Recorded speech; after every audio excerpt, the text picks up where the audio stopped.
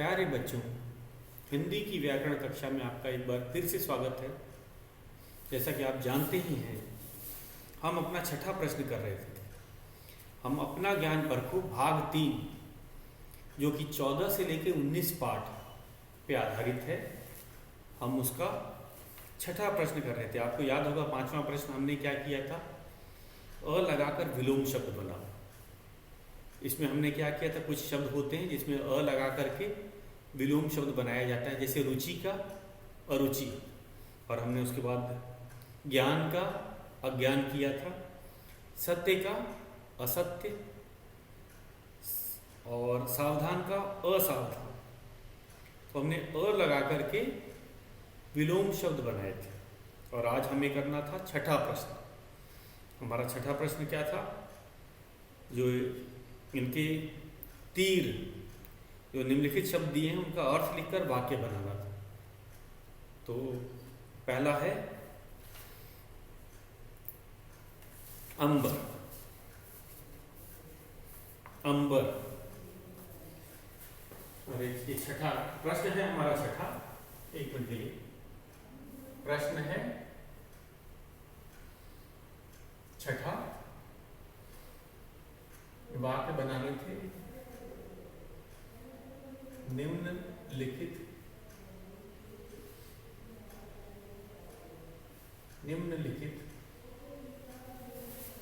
शब्दों का, निम्नलिखित शब्दों का अर्थ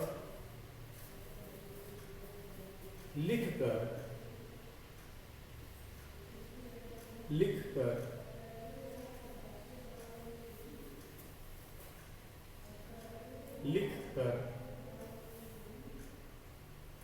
वाक्य बनाओ। वाक्य बनाओ। तो हमें इसमें क्या करना है? पहले जो शब्द दिए गए हैं उनको लिखना है, उनका अर्थ भी लिखना है। पहले शब्द, फिर उसका अर्थ, और अर्थ का वाक्य नहीं बनाना है। बहुत से बच्चे यही गलती कर देते हैं। हमें जो शब्द दिया है उसके दो अर्थ होते हैं, जैसे तीर। तीर नदी के किनारे को भी कहा जाता है और बाण को भी कहा जाता है, जो धनुष से छोड़ा जाता है, जो शस्त्र में आता है। तो इनके दोनों के पहले हम अर्थ लिखेंगे, और जो वाक्य बनाएंगे वो तीर का ही बनाएंगे, अर्थ का नहीं बनाएंगे। तो शुरू करते हैं। इसका हम कहेंगे छठा शब्द है तीर।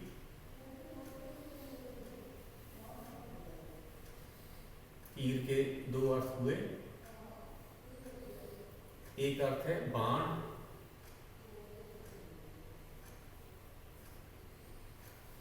एक अर्थ हो गया किनारा, जैसे नदी का किनारा। ये हो गए अर्थ जो मैंने कोष्टक में लिखे हैं, ये अर्थ है। बाण जो धनुष से छोड़ा जाता है उसे भी तीर कहते हैं। और नदी के किनारे, नदी के दो किनारे होते हैं, बीच में नदी बहती है, तो उसको भी किनारा ही कहा जाता है,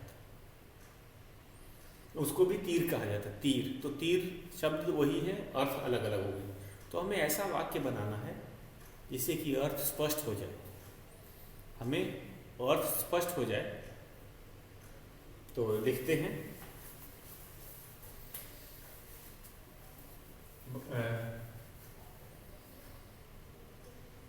तीर।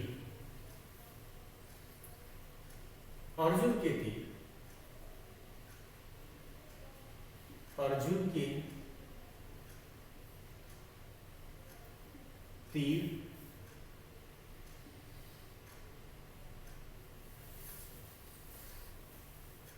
से दुश्मन नहीं बच सकते। अर्जुन के तीर से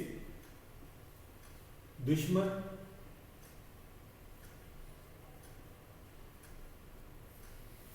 नहीं बचे, नहीं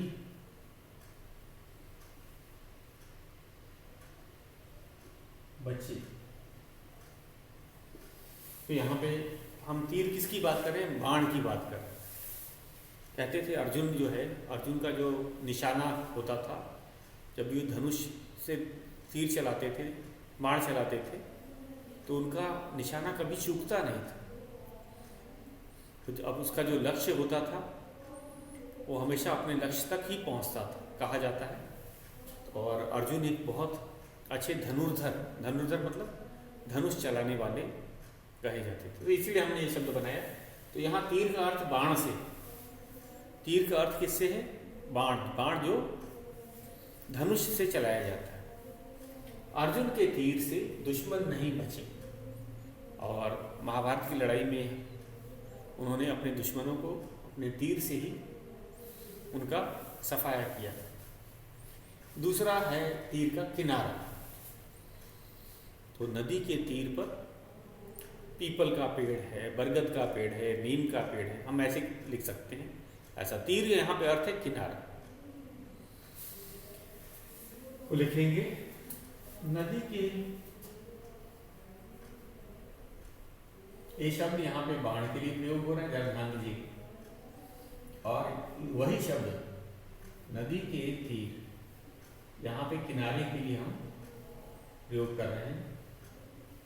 तो वर्तनी में कोई अंतर नहीं, शब्द अलग अलग, अरे अर्थ अलग अलग। तो ध्यान से देखिएगा, नदी के तीर पर नीम का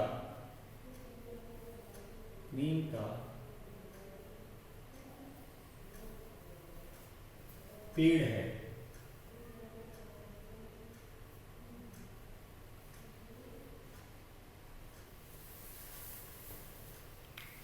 तो देखिए ध्यान से, इसमें हमें क्या करना है, इसमें जो तीर शब्द है हमने उसका ही वाक्य बनाया है। ध्यान से देखिए, इसमें हमने तीर जो शब्द है उसका ही वाक्य बनाया है, लेकिन तीर का अलग अलग अर्थ है। पहले वाक्य में तीर का अर्थ हमने बाण रखा है, बाण। अर्जुन के तीर से दुश्मन नहीं बचे। लेकिन जो दूसरा वाला तीर शब्द था, इसमें अर्थ है किनारा, नदी का किनारा। नदी के तीर पर नीम का पेड़ है। तो हमने सावधानी पूर्वक वाक्य बनाया है, ताकि शब्द तो तीर रहे लेकिन उसका अर्थ अलग अलग। तो अगला हमारा है पत्र। ठीक उसी तरह हमारा जो दूसरा शब्द है वो है पत्र। तो मैं लिखता हूं पत्र, पत्र। और पत्र के भी दो अर्थ होते हैं, एक हो गया पत्ता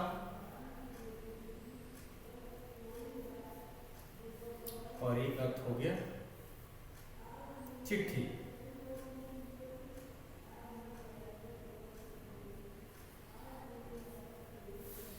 चिट्ठी जिसे हम लिख करके किसी को भेजते हैं, तो पत्र।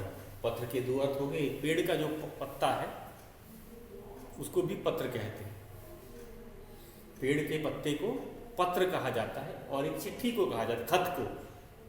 पत्र लिखना, खत लिखना, चिट्ठी लिखना। तो ये हम अब वाक्य बनाएंगे, तो वाक्य बनाएंगे पत्ता और चिट्ठी का नहीं बनाएंगे। वाक्य हम जो बनेगा वो पत्र का ही बनाएंगे, लेकिन ऐसा वाक्य बनाएंगे कि उससे अर्थ हमें स्पष्ट हो जाए, हम क्या बताना चाह रहे हैं। जैसे पहला वाक्य हम बनाएंगे, उसमें पत्ता का जो अर्थ है वो स्पष्ट हो जाए। तो जब भी हम वाक्य बनाएंगे तो इसका ध्यान रखेंगे कि जो पत्ता का ही उस वाक्य में अर्थ हो, न कि कोई और हो। चिट्ठी का नहीं आना चाहिए उसमें।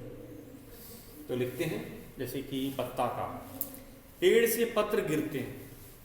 तो यहाँ पत्र क्या है? पेड़ से पत्र गिरना मतलब ये नहीं कि डाकिया दे रहा है, ये है पेड़ के पत्तों की बात किया जा रहा है।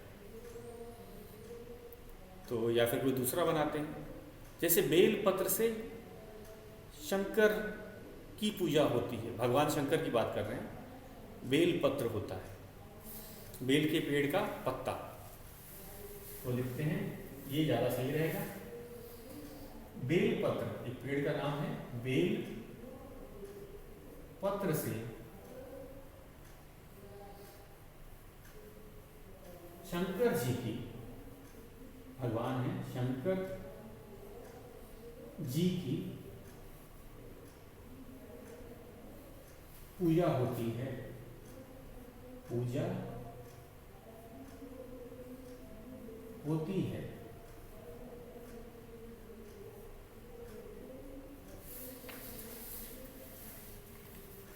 बेलपत्र से शंकर जी की पूजा होती है,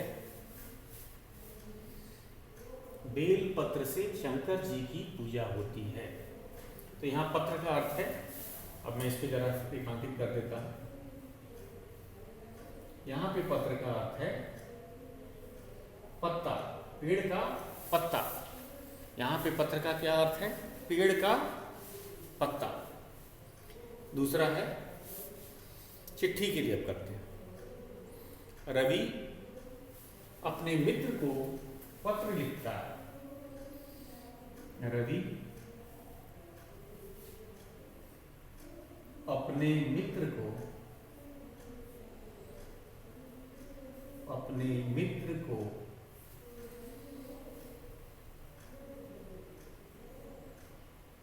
पत्र,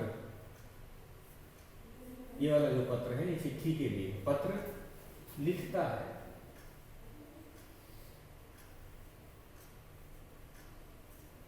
लिखता है पूर्ण विराम। रवि अपने मित्र को पत्र लिखता है। उसके बाद आ जाती है,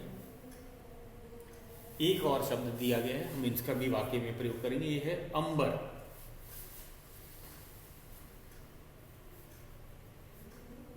अंबर, और इसके भी दो अर्थ होंगे। पहला है आकाश या आसमान, आकाश, और कपड़ा।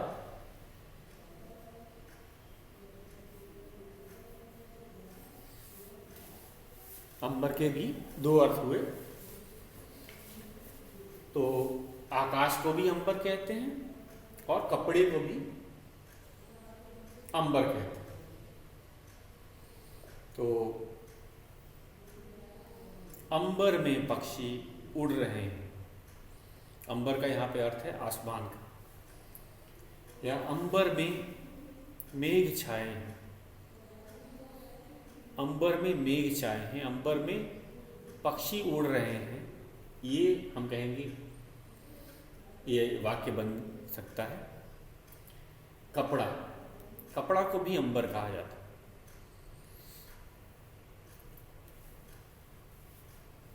श्वेतांबर, सफेद कपड़े को आपने सुना होगा, श्वेतांबर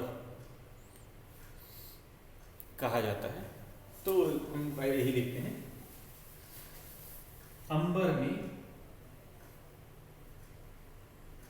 अंबर पहला ये हमारा बादल के लिए, अरे आकाश के लिए। अंबर में मेघ,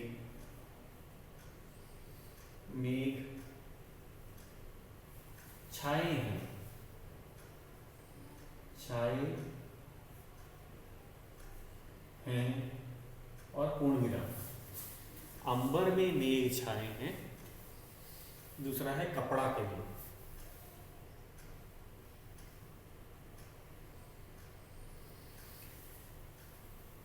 बच्चे ने नए अंबर पहने हैं। बच्चे ने, ये अंबर शब्द यही है। बच्चे ने नए अंबर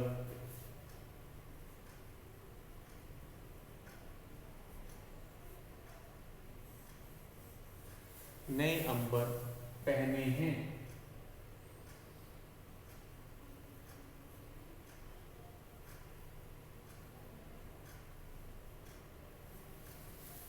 तो बच्चे ने नए अंबर पहने हैं, ये है हमारा दूसरा। तो बच्चों ये था, इसे आप नोट कर लीजिए। एक बार मैं फिर से आपको इसको बता देता हूँ। ये जो हमारा छठा प्रश्न था, इसमें हमने क्या किया? इसमें तीर के दो अर्थ होते हैं, बाण और किनारा। हमने तीर का ही वाक्य बनाया है, लेकिन पहले वाक्य में जो था बाण का, तीर को बाण के रूप में ही प्रयोग किया है। दूसरे वाक्य में हमने किनारे के रूप में प्रयोग किया है। तो बाण का, तीर का हमने पहला वाक्य में अर्जुन के तीर से दुश्मन नहीं बचे। दूसरा है तीर किनारा, नदी के तीर पर नीम का पेड़ है। तो यहाँ पेड़ के, नदी के किनारे की बात की गई है इस तीर का अर्थ। पत्र का, पत्ता का, बेल पत्र से शंकर जी की पूजा होती है, तो इस पत्र का अर्थ है पत्ता। चिट्ठी के लिए हमने किया, रवि अपने मित्र को पत्र लिखता है, तो इस पत्र का अर्थ है चिट्ठी लिखना या खत लिखना। अंबर, अंबर का यहाँ पे है आकाश, अंबर में मेघ छाए हैं, आकाश में मेघ छाए हुए, इसका अर्थ है। और एक अंबर का दूसरा अर्थ का होता है कपड़ा। बच्चे ने नए अंबर पहने हैं, मतलब नए कपड़े पहने हैं। तो ये था हमारा छठा प्रश्न। अब हम चलते हैं अपने 7वें प्रश्न पे।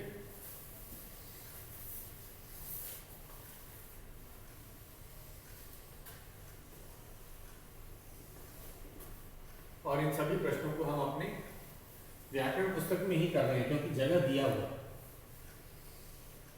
ये कार्य पत्रिका की तरह है, जगह भी दिया हुआ है और एक तरह से हमारी पुनरावृत्ति भी हो रही है।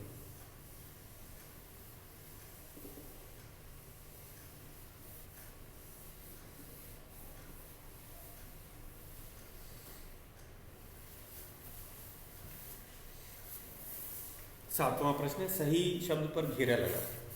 इसमें सही शब्द पे हमें घेरा लगाना है। सही शब्द पर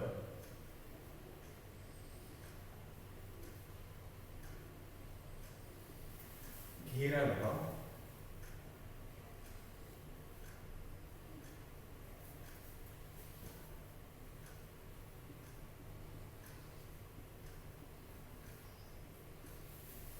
क है पहला, क चिन्ह,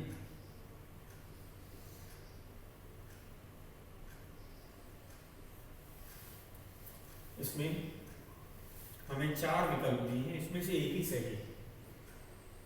तो पहले हम सभी जो दिए गए शब्द हैं उनको लिख लेते हैं, चाहे वो सही हो चाहे गलत हो, तभी ना, और तभी सही हम पहचान करेंगे और उस पर गोला लगाएंगे।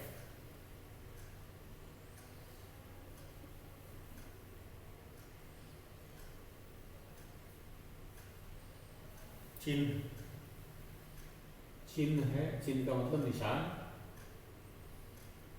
चिन्ह शब्द कौन सा सही है ये हमें पता करना है। तो सही चिन्ह, सही शब्द है हमारा, इसमें आपने देखा होगा पहला वाला ही शब्द सही। चिन्ह का अर्थ होता है निशान। उसी तरह अगला शब्द हमारा है संबंध। तो इसमें कौन कौन से शब्द ये लिख रहे हैं?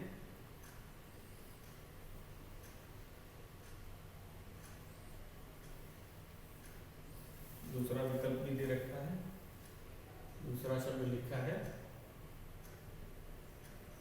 कुछ उच्चारण करने से भी हमें पता चल जाता है कि कौन सही है कौन गलत है। तो जैसा लिखा है वैसे ही अगर हम उच्चारण करेंगे तो हमें पता चलेगा कि कौन सही है कौन गलत है।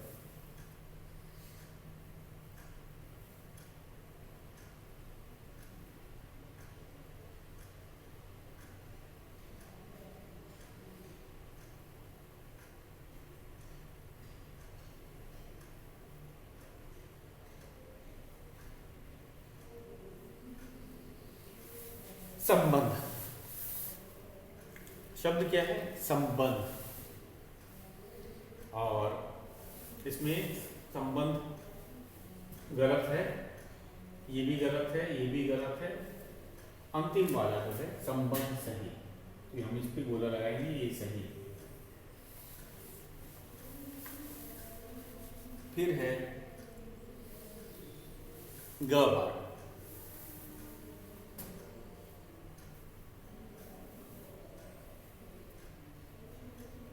सामाजिक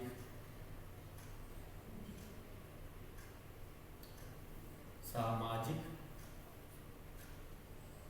सामाजिक।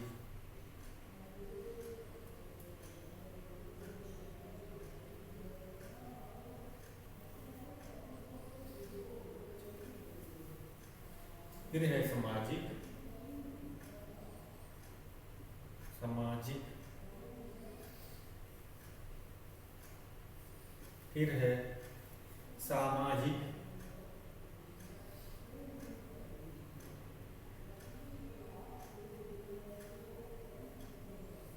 फिर है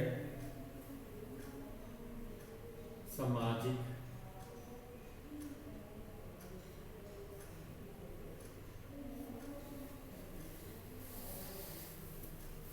तो इसमें कौन सा शब्द सही है? सामाजिक नहीं होता है, सामाजिक होता है। तो पहला वाला ही शब्द सही है, हमने इस पे गोला लगा दिया। घ हमारा अंतिम, विश्वास, विश्वास।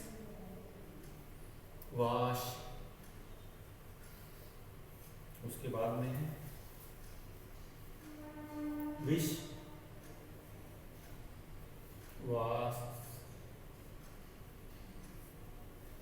फिर है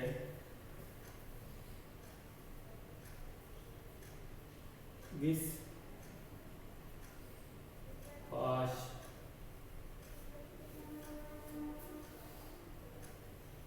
फिर विश्वास।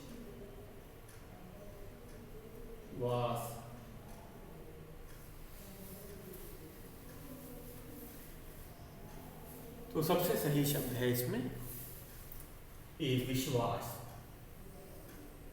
बाकी अशुद्ध है। विश्वास, विश्वास, विश्वास। जरा इनको देख लेते हैं अशुद्ध क्यों है।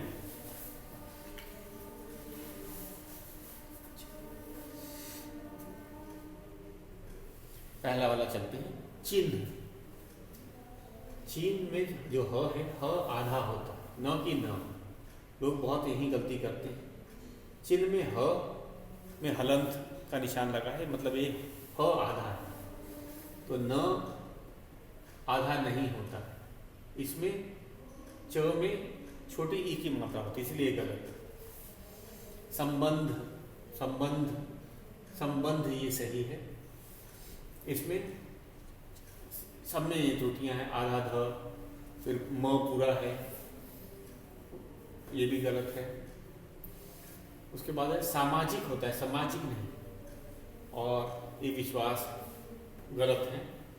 श जो होता है आधा होना चाहिए, इसमें गलत श दिया था, इसमें भी गलत है, ये पूरा श दे दिया था, ये इस कारण से गलती हुई। तो विश्वास ये सही वर्तनी है, हम कहेंगे सही शब्द की वर्तनी यही है। अब वाक्य शुद्ध करने, अभी हमने क्या किए थे? अभी हमने शब्दों को शुद्ध किया था, अब हम वाक्यों को शुद्ध करेंगे। वाक्य की जो त्रुटि है उसको दूर करेंगे। तो ये है हमारा 8वां प्रश्न। प्रश्न 8वां कर रहे हैं हम।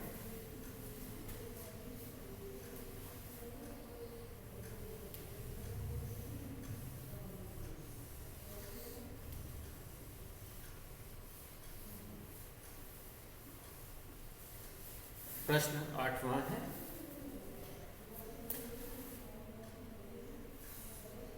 शुद्ध करके वाक्य पुनः लिखो। शुद्ध करके, पहले अशुद्ध वाक्य दिया है उसे हमें शुद्ध करना है। शुद्ध करके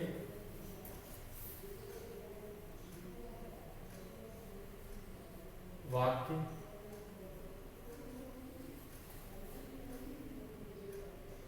पुनः लिखो, दोबारा लिखना है, पुनः लिखो।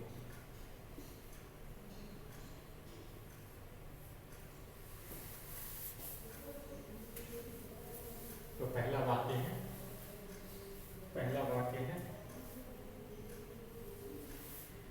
बड़े बहन जी आ रहे हैं। बड़े बहन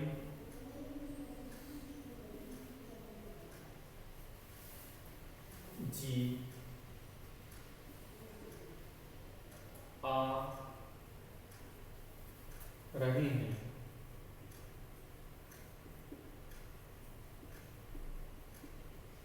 क्योंकि वाक्य में अशुद्धि है। आ रहे नहीं, रही, तो होगा बड़ी, बड़े नहीं होगा बड़ी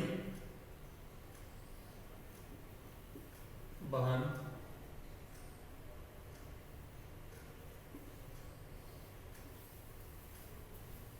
जी आ रहे, आ रही है। दूसरा वाक्य चलते हैं। दूसरा वाक्य, तुम सब कहाँ गया था, तुम सब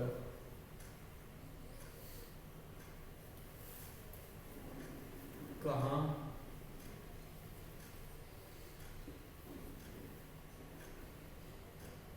गया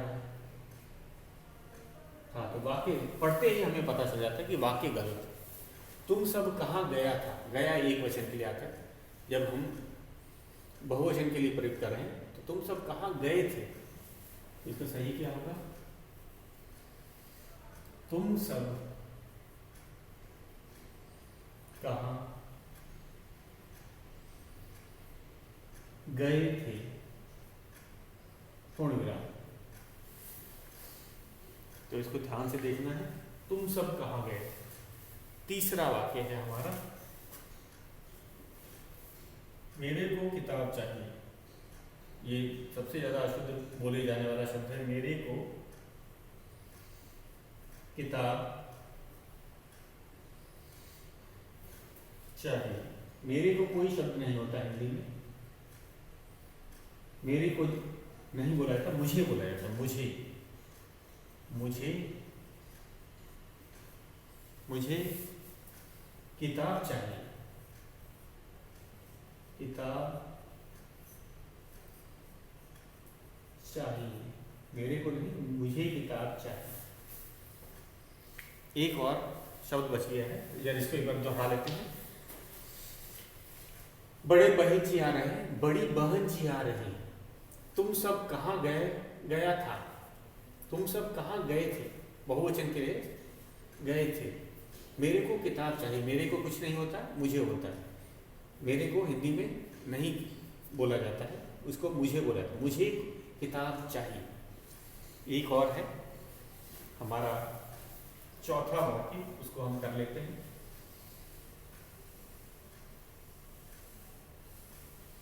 तो चौथा वाक्य भी अशुद्ध है।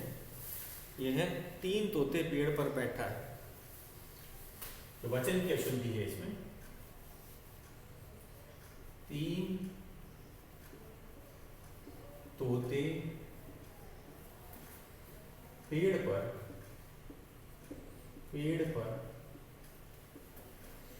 बैठा है,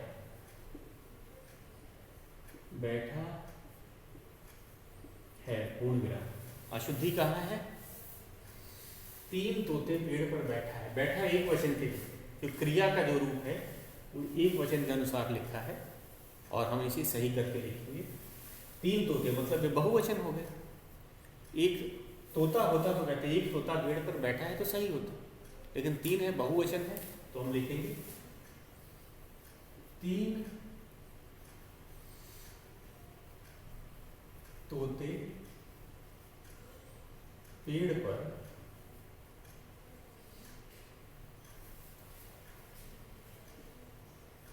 बैठा नहीं होगा, बैठे होगा।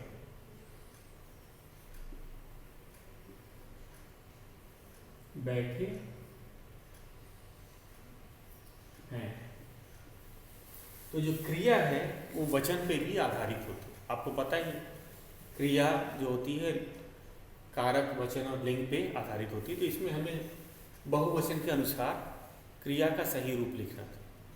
बहुवचन क्यों? क्योंकि तोतों की जो संख्या है 3 है। तोते कितने हैं? 3, तो ये बहुवचन हो गया।